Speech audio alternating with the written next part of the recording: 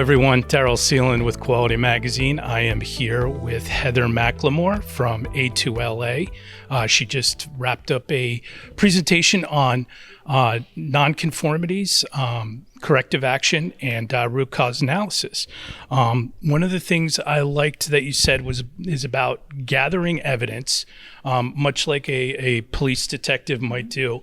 But the big difference here is with corrective action, what you talked about, no one's really looking to play the blame game. Yes, that is correct. So when something happens in your laboratory, when something happens in your organization that goes against what you say you're going to do, or that goes against any kind of agreement you had with your customers, you do need to figure out the cause of that. Performing a root cause analysis does not mean you are trying to find somebody to say, oh, this person did this, because yes, maybe that person did do it, but they're not the cause of that. So we have to go further. All right, so that person did it. Why did that person did it? It's not enough to just say, well, it's that person's fault and we need to fire them, which hopefully doesn't ever happen. But, we're looking further into, okay, so why did that person do that? Were they not trained properly? Did they not have the right materials available? Were they rushing? Were they, maybe had nothing to do with the person. They just had to work with what they had. So we have to dig a little bit deeper, perform that investigation to make sure that everything, when we get to the cause of it, we have the actual cause and not the, like you said, not a person that we can go back to. And you mentioned why, and one of the other aspects of your presentation was the 5 whys. Could you explain a little bit more about that? Yeah, so the 5 whys is actually a really easy way for somebody to perform a root cause analysis, and you're basically a toddler, right? So in the example that I gave, right, there was a puddle of water on the floor. Well, why was there a puddle of water on the floor?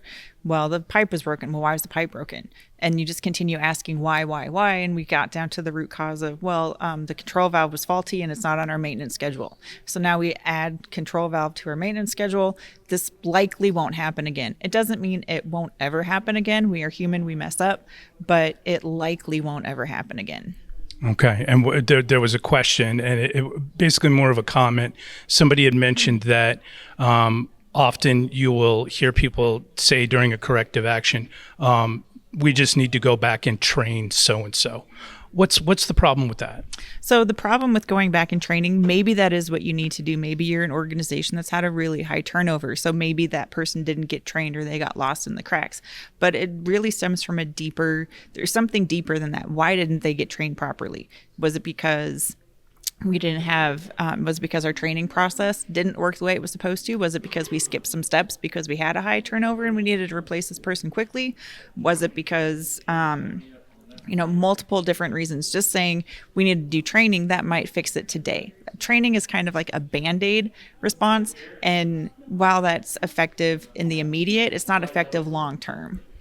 And, if you wanted your audience to walk away with sort of one key to your presentation, what would you say that is?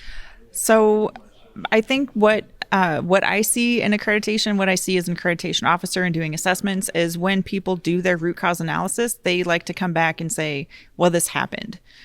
We know this happened. We need you to actually tell us why this happened. So really understanding how to perform a root cause analysis. I gave examples, right? We had the 5 why, we have the fishbone, we have the fault tree analysis, many different ways that we can perform that root cause analysis. But just coming back and saying, well, this happened, and we don't know why. We just know that it happened. Hey, guess what? We do too. Excellent. Thank you so much for being with us, Heather. Yep. Thanks, Daryl. Thank you to everyone.